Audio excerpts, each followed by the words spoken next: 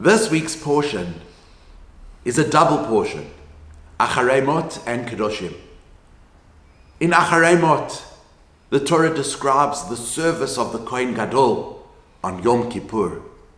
The Torah goes into great detail about everything the kohen gadol, the high priest, had to do and had to perform in the Mishkan, in the tabernacle, and later in the temple.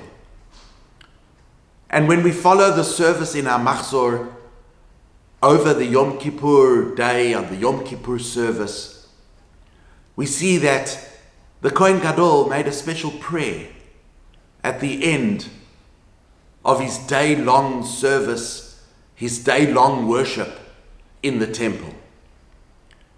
And he prays for beautiful things for the futures of the Jewish people. But then, surprisingly, one of the things he asks Hashem for, which seems so arbitrary, which seems so superfluous and doesn't even fit into the context of the other things that he's praying for, he asks Hashem not to listen to travelers, not to listen to the prayers of the traveler. That's a strange thing to put into a prayer at the most auspicious moment when the kohen gadol has just got kapara, atonement for the Jewish people.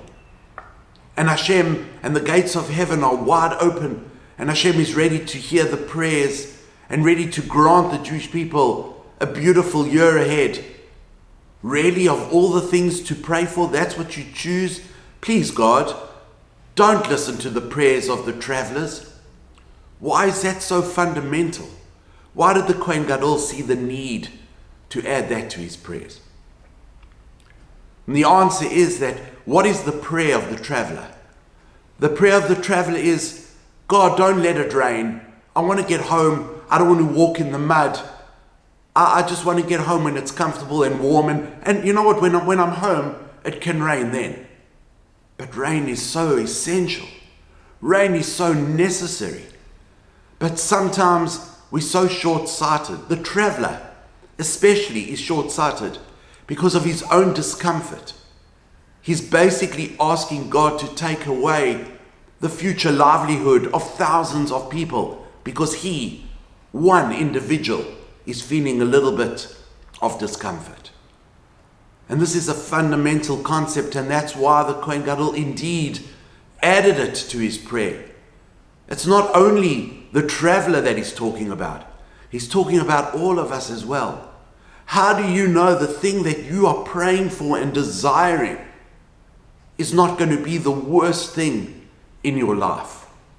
How do you know the deal you so desperately want to close, the partnership you so desire, how do you know that's not going to land up being partnering with the biggest crook or the worst person ever? And Hashem is protecting you from that.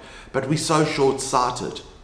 We only see the here and now. We only want that instant gratification. We only want to feel comfortable now.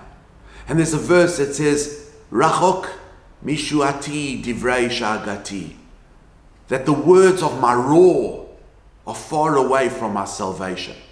We roar to God, we scream, we cry to God for salvation, but the salvation comes from a place that's far away from the words of our prayer. And that's really what the kohen gadol is teaching us. Not to be so short-sighted, not to be so narrow-minded, to only look at the here and now and pray for what we think is so necessary right now, like the traveler who doesn't want it to rain. No, there's a much bigger picture. And of course, God does what he does, and God knows exactly what he's doing. And whether he will answer is totally up to him.